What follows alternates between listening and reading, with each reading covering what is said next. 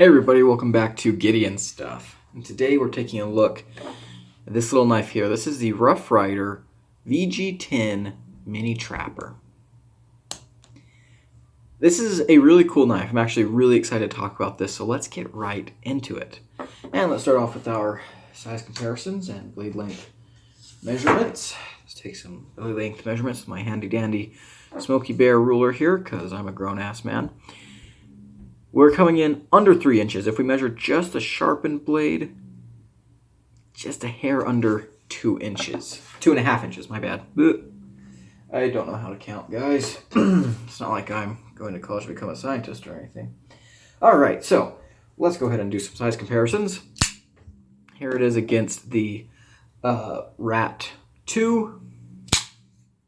The Rat 1, we're only going to keep this blade out. The two blades I have measured before are exactly the same length. But this is the internet, so no one will believe me unless I show it. Let's do that. There, believe me, sharpened. Yeah, there we go. So let's keep the clip point out here. Turn over. So what we can see here is, yeah, it's not a very big knife at all, even for a traditional style slip joint. Okay, let's bring out our Civivis. There's the Praxis. Okay, there we go. And there's the Elementum. Nothing I need to say there. And let's get our bug out. And the, where did I put my PM2?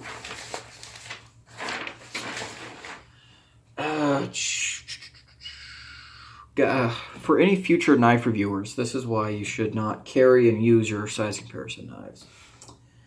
I'm just kidding. Kind of. Oh, you know what? I have this one. We'll just use the Tanto today. There we go. Good deal. Cool, cool, cool. And to wrap us up today, let's go ahead and compare against some traditional knives. First up, let's bring out a Case Stockman. And let's bring out another Rough Rider, and this is going to be a full-size trapper. So yeah, quite a small knife by any mark. In fact, you know what? If we want this knife to feel good about itself, I mean, it hasn't been bigger than anything on the table today, let's bring out, yeah, there's the Rough Rider Cub. Oh, isn't that cute? And now that we've successfully stroked the ego of this inanimate object, let's go ahead and get into the specs. So, blade steel, VG-10 on both the clip point and the spade blades. We will talk about that more. Handles are aluminum over steel springs and liners. And that's really all there is to get to on that. So, let's go ahead and go do some cutting, shall we? Alrighty, guys. The Rough Rider VG-10 small trapper. I don't think we're gonna do too much cutting with this, because I think it'll pretty much perform the way that you will expect it to. But anyways, 2 blades. How is the action? We have a good defined half stop, pretty good snappy close. The pull is exactly where I'd want it for this size of a slip joint with these nail nicks. Pretty good action. I like the walk and talk. It's pretty good. Yeah, definitely holds it out enough to be secure as a slip joint can be, but it's not so hard that it's difficult to use. How's it slice? How do all traditionals slice? I mean, traditionals just slice. So, there we go. All right, let's speed run the rest of this. You know what? We'll go ahead and do a pull through with this little bit I have here. There we go. We'll do the pull through with a clip point blade, and then we will do the pushing with the spade blade. I think it might do a little bit better.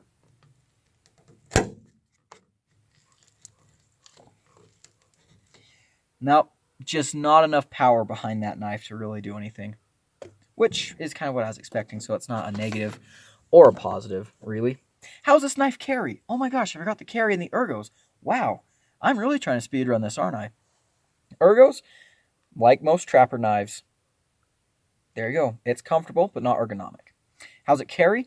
This knife will fit into most pocket sheaths that you find, most slips, and you can just drop it in your pocket and not worry about it.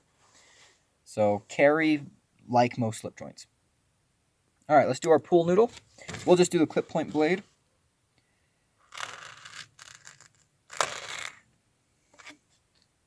Nice and thin. You know what? Screw it. We'll use the other blade too. So the spade blade didn't do quite as well, but it is a little bit thicker, and the blade shape is a little less slicey. But yeah, there we go. Let's get back to the table, shall we? I think I'm trying to rush this because it's getting cold out here. It's getting really, really cold. But let's go back into the nice warm table that I have not filmed yet. But yeehaw. Alrighty, so let's go ahead and get into what I find to be so cool about this knife, and also the things that I find to be not so cool. First of all, I don't usually talk about the price of a knife until the very end of the video, but in this case, we're going to start with the price. These knives cost $20. $19.95 is what I picked this up for. That means that for $20, you're getting VG-10 steel, which I love. VG-10 steel is not a steel that's one of my favorites by any means, but it is a steel that I think is absolutely excellent for people who are not knife nerds. VG-10 steel is very stainless, which is great. It's easy to sharpen, and it holds an edge as long as anyone really needs an edge to hold for basic EDC. Very easy to maintain, though, even when it does start going dull. Great knife. Great knife steel is what I meant to say. And especially for $20, that is a lot of performance. And you are getting 5 inches of sharpened VG-10 for $20. Just let that sink in. I find this to be an amazing value, and it really does just blow my mind. So that's the first thing I want to get out of the way. Next thing, the cutting performance is very good. Like most traditional style knives, very thin blade stock. Let's bring out the Rat 1, which I stupidly put back in the drawer. Or did I? Where did I put that guy? Oh no, he's over there. I'm an idiot. Oh yeah, that's slicey. That is slicey. So for any EDC task, this is going to be good. And of course, the spade blade is very slicey as well, which, let's talk about that. I do actually like having 2 blades. This was a knife that I carried and used a fair bit, even more than I thought I would. And I continue to keep carrying and using this knife. This is an excellent 5th pocket carry. Excellent. It fits in your 5th pocket. Excellent. You know what? We're going to talk about the carry real quick. Fits in your pocket really well. Very lightweight. I mean, it folds up into a very, very nice thin shape. This goes into watch pockets very, very well. Love carrying this knife. This is a fantastic backup knife. So, the 2 blades. I carried this knife a lot, and I used it a lot. And I found that, for just basic cuts and slices, clip point blade was good. If I need something a little more robust, this is definitely a more robust blade shape. This definitely does do better at things that you're like maybe wanting to crunch down on. If you're doing utility cuts, this is a great blade for those utility cuts. So you do get a lot of versatility by having 2 blades in one knife. I think that is fantastic. I mean, yeah, I did use this knife a whole lot. Another thing that advantage you get from 2 blades, I don't know if you guys can see that, but on this blade there's like little, not chips, but flattened areas. Yeah, right there you can see like a little bit of a wave. Something that I appreciate with this is if I'm out and about one day and I come across something I need to cut, and then I find out, oh, dang, I forgot to sharpen my clip point blade. It went dull on me. I can just fold it up, pull out the other one, and slice away. And then when I get home, you know, obviously do the maintenance I need. But okay, that one's still doing good. I'm pretty sure the clip point or the spade blade though probably needs a little bit of a touch up. Yeah, you can feel it catching up right there. It's more tearing than slicing, but get over here, paper. I find that to be great. Absolutely fantastic. The next thing that's really great with this knife is, look, it's put together. Thank you, camera. It's put together with Torx bits. That's awesome. You can disassemble this knife very easily, just like any of your more standard modern folding knives. That's awesome. Usually slip joints that are disassemblable are either more modern looking slip joints or more expensive ones. So seeing it on such a good priced slip joint is really, really cool. Next thing, the fit and finish on this knife is very good. If we look here, the clip point blade is almost perfectly centered. And the spade blade is off center a little bit, but look, $20 knife. Everything feels really nice and smooth. No problems there. The action, the walk and talk, is absolutely perfect on this knife. It's exactly where I want it to be. You do get a half stop.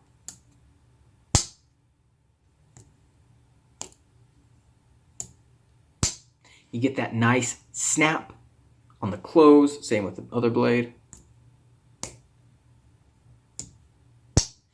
And the pull is exactly what I want to be. Not too light, not too strong, just right. Goldilocks of pulls. When you're holding the knife, there is a fair amount of resistance. I mean, of course, it's a slip joint, so you can, you know, overcome that. But there is a good amount of resistance. So I think the walk and talk is very good. Whenever I'm judging a slip joint's walk and talk, I kind of go by two things. Does it snap on the close? Yep. And then on the open, I'm looking for very specific pops at the half stop, like a muted pop, and then, yeah, a more snappy pop when it fully opens. Very nice. I like that a whole lot. Really, really good action. The nail nicks, you know, people complain, you know, say whatever they want about nail nicks, but the pull is such that, you know, if you don't have your nails super long, like for certain knives, such as, geez, this knife, I had to keep long nails to pull it comfortably. This one, the pull is light enough that you don't really need to do that if you don't want to. So, really, really awesome. All right, I think that's about everything that I like about the knife. What am I not liking? Honestly, not. Actually, I forgot one thing. One thing to talk about that I like. My bad. Ergos. So traditional knives just kind of fit in your hand. They're not like super ergonomic where they like grab onto your hand and lock you in securely. They're more like comfortable. And this knife is very comfortable. And one thing I noticed while I was cutting, in order to keep myself from pushing the blade down, it was more easy to see on this knife, and this is the blade that I use the most, is resting my thumb right here. So I'd hold the knife like this, and that gave me a lot of control over the blade without worrying about accidentally pushing down on the spine.